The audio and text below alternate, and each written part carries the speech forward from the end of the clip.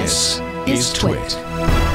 Meta, by the way, just parenthetically, Meta says, "Welcome, Apple," and seriously, and we plan to be the Android of VR headsets, which they kind of are. They're the low cost leader now, and that's good for both Apple and Meta. It's very really good for Meta. I mean, it establishes the category, right? Yeah, it establishes the category. There'll be a lot of developers that are jumping into it, and they are going to come in under that price for a long time. What Apple did is create actually a huge window under $3,500 that is acceptable.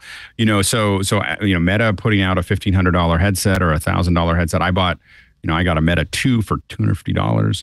There's a lot of things that people can do that are less expensive that Meta is going to be able to do, put in there. And maybe it also gives Meta, who's done a lot of R&D in this area, the kind of the okay, like if Meta went out and said, we're going to charge $3,000 for a headset, I think a lot of people would have been like, that's crazy and you can't do that. And Apple has established that market. And so I think Meta come in with a more expensive headset, as well as capitalizing on the less expensive ones, I think is good. And I think that it'll also, the more expensive headsets just mean we'll have a lot more resolution and frame rate. Because, I think Meta's done really well. At $250, what you can get with a Meta 2, and at $650, what you get with a Meta 3 is pretty impressive. Yeah.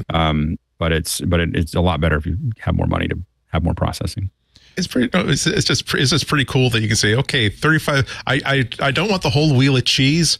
Like, could you slice off just be able to watch movies on a big screen without having a big screen in front of me, and the real good gaming? How much would that cost? Oh, that's about £250. There you go, $500. And I've been playing with Supernatural, which is that it's this boxing game that you can play on the Meta, and man, I got to tell you, it's a good workout. They bought that company. They liked it so much, they bought the company. It's a really good workout, and just try. Like, I did the low intensity, and I was like, "Wow, that's a workout." And I was like, "This is low intensity. Like, what is medium and high is like death, on the thing." And so I think that there's there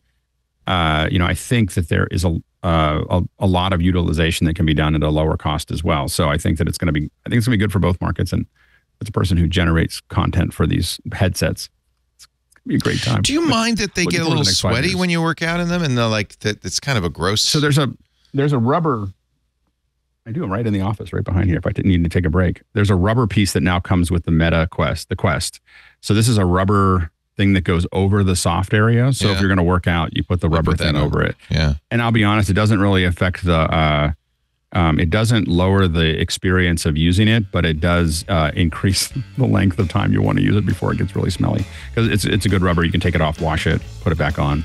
So it works well.